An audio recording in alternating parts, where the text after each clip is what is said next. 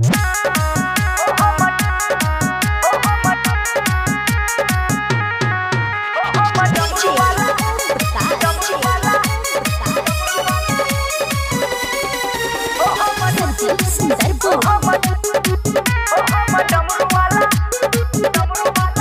हमरो हो देते हो ध्यान, ओ हम डमरू वाला, ओ हम त्रिशूल वाला। हमरो हो देते हो ध्यान, ओ हम डमरू वाला, ओ हम त्रिशूल वाला। बाबा के महिमा महान, पूजै छे दुनिया जहान। ओ हमर बंद किस्मत के खोलते ताला।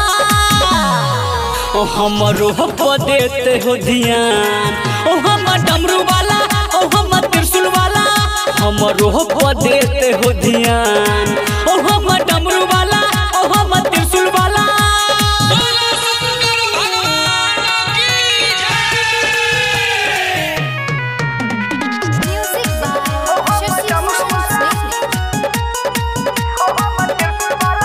बाबा फेरते नजर जब जेबै देव घर।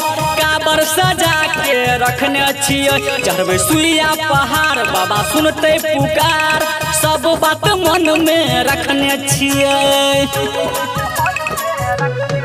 हो बाबा फेरते नजर जब जेबै देव घर। काबर सजा के रखने छियै, चढ़बै सुइया पहाड़। बाबा सुनते पुकार, सब बात मन में रखने छियै। भर बही गगरी में जल, पूजा हेतै सफल। जे कहबै सुनतै जटा वाला।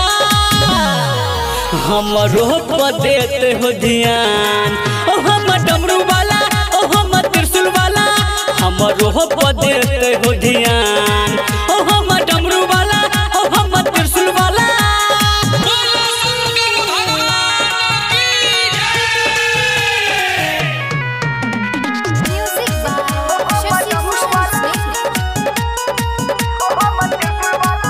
बन के जेबै बम कहे राधे रुस्तम।